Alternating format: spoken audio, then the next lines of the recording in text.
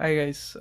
So I found this video of these bunch of Indian guys who are trying to imitate an Indian English accent, and and I don't know why every time I find these uh, Indian Indian guys who are born here in Canada or US, they're trying to imitate an Indian accent. They always sound like okay brother, look over there.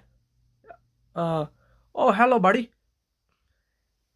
Bro, no one talks like that. I haven't heard anyone talk like that in ages. Maybe in the past, even not then. Only maybe 50 plus uncles talk like that. But do I talk like that?